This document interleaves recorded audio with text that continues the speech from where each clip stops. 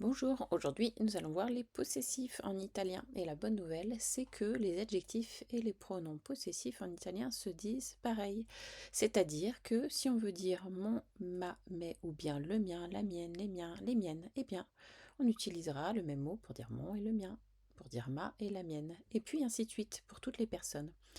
Donc c'est comme en français, c'est-à-dire qu'il suffit de connaître le mot que l'on veut mettre après, s'il est masculin, féminin, singulier ou pluriel, pour savoir quel possessif on va mettre.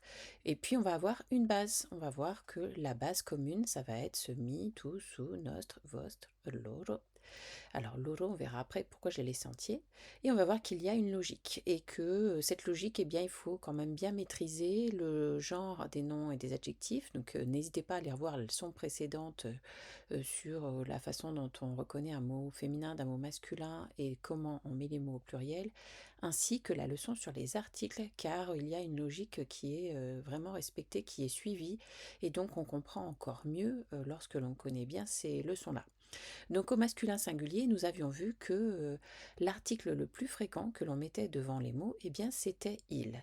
Et étant donné que je viens de dire qu'on disait pareil pour dire mon et le mien, eh bien c'est la raison pour laquelle il va toujours y avoir un article, enfin toujours ou presque, nous verrons après, un article devant les possessifs. Étant donné qu'on dit pareil pour dire mon et le mien, c'est la raison pour laquelle il y aura un article devant. Et puis après, il nous suffit de mettre une terminaison qui correspond au masculin singulier. Nous avions vu que la terminaison la plus fréquente, c'était le o. Et donc, il mio va vouloir dire aussi bien mon que le mien. Il tuo, ton ou le tien. Il suo, il nostro, il vostro, il loro. Loro, je l'ai laissé ainsi, car comme vous le constatez, eh bien, il va être invariable. On ne va jamais changer son orthographe. Ce qui va changer va être l'article qui va le précéder uniquement. Donc, par exemple, si on veut dire c'est mon livre, on dira è il mio libro. Et puis, si on veut dire c'est le mien, on dira è il mio. C'est ton livre, è il tuo libro. C'est le tien, è il tuo, etc.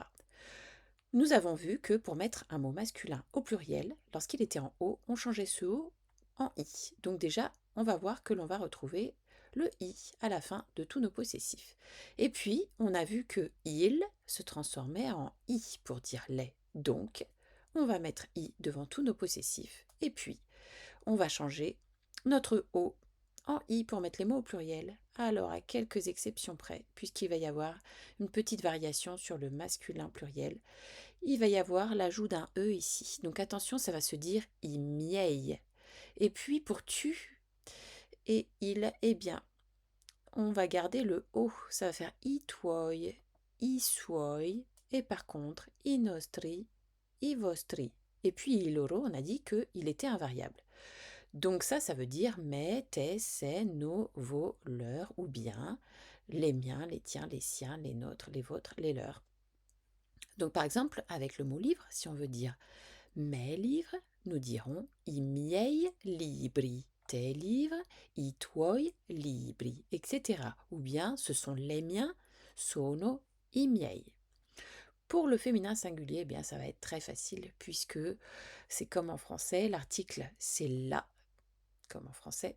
Et puis, on sait tous maintenant, on maîtrise très bien la terminaison des mots féminins singuliers, ils terminent presque toujours en A, en tout cas le plus fréquemment. Et ce qui fait que ce A, on va le mettre partout. Et donc ça va faire la mia, la tua, la sua, la nostra, la vostra et attention, la loro, puisque loro est invariable.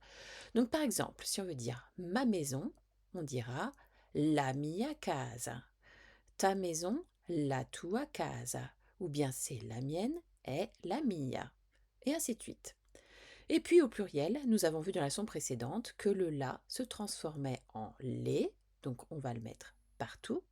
Et puis le a se transforme en e, ce qui va donner les mie, les tue, les sue, les nostre, les vostre et les loro. Donc si on veut dire mes maisons, si on en a plusieurs, parce qu'on est chanceux, les mie case, tes maisons, les tue case, ces maisons, les sue case, etc. où ce sont les miennes, sono le mie.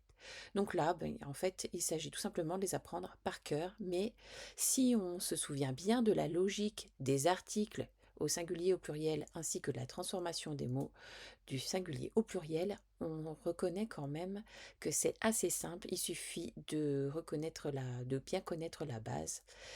Et puis après, ça se fait à peu près tout seul. Alors par contre, eh bien malheureusement pour vous, ce n'est pas terminé puisqu'il va y avoir des exceptions. Et les exceptions vont concerner la famille.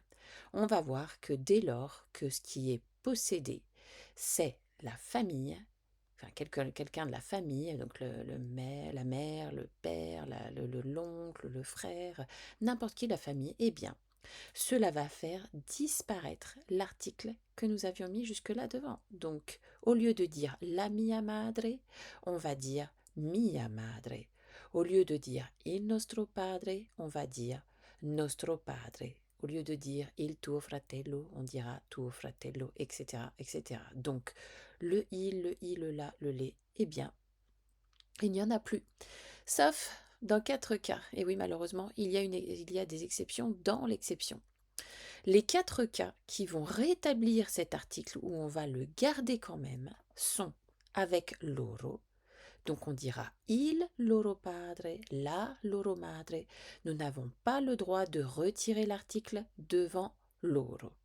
Ensuite, le deuxième cas, avec la famille toujours, avec lequel on va conserver l'article, sera lorsque l'on a modifié l'orthographe du mot de départ. Par exemple, lorsqu'on a modifié sorella, qui veut dire sœur, en sorellina, qui veut dire petite sœur. Donc si on dit ma sœur, nous dirons mia sorella, mais si c'est ma petite sœur, ce sera la mia sorellina. Pareil pour frère, tuo fratello pour dire ton frère, et si on dit c'est ton petit frère, ce sera il tuo fratellino. Et mamma et papa fonctionnent également ainsi. Donc attention, ce n'est que avec la famille ce que nous sommes en train de dire. Ensuite, le troisième cas qui va rétablir l'article, c'est lorsque nous serons au pluriel. Donc i miei genitori pour dire mes parents, i suoi fratelli pour dire ses frères, les nostre sorelle pour dire nos sœurs. Dès lors qu'il y en a plusieurs, eh bien cela rétablit l'article qui est devant, même si nous sommes avec la famille. Et puis enfin, le dernier cas, c'est lorsqu'on ajoute un adjectif, lorsque l'on donne une précision. Donc, la mia nonna materna, ça veut dire ma grand-mère maternelle. Si c'était ma grand-mère toute seule, nous dirions mia nonna. Mais étant donné qu'on a mis materna, cela rétablit l'article la. La tua zia italiana, cela veut dire ta tante italienne. Si c'était ta tante tout court, nous aurions dit tua zia, mais étant donné que nous précisons qu'elle est italienne, cela devient la tua zia italiana. Ensuite, pour le grand frère, il suo fratello maggiore, son grand frère. Eh bien, si c'était son frère tout court, nous dirions suo fratello. Mais étant donné que nous avons ajouté l'adjectif maggiore, cela a rétabli l'article. Cela peut être pour n'importe quoi. Ça peut être pour ma grande sœur blonde, pour ma méchante sœur. Ça peut être pour n'importe quel adjectif qui vient donner une précision. Mais attention, donc tout ce dont nous venons de parler, c'est uniquement avec les personnes de la famille. Donc au final, on se rend compte que quand même, c'est assez rare lorsqu'on ne met pas l'article, puisqu'il y a 4 cas qui le rétablissent. Bon, et en même temps, si vous vous trompez, si vous mettez l'article ou vous ne le mettez pas, mais vous utilisez le bon possessif, les Italiens vous comprendront quand même. Et puis en plus, il leur arrive même eux aussi de faire des petites erreurs. Donc voilà. Donc j'espère que vous avez tout compris. Maintenant, à votre tour pour les apprendre par cœur. Et puis à bientôt pour une prochaine vidéo.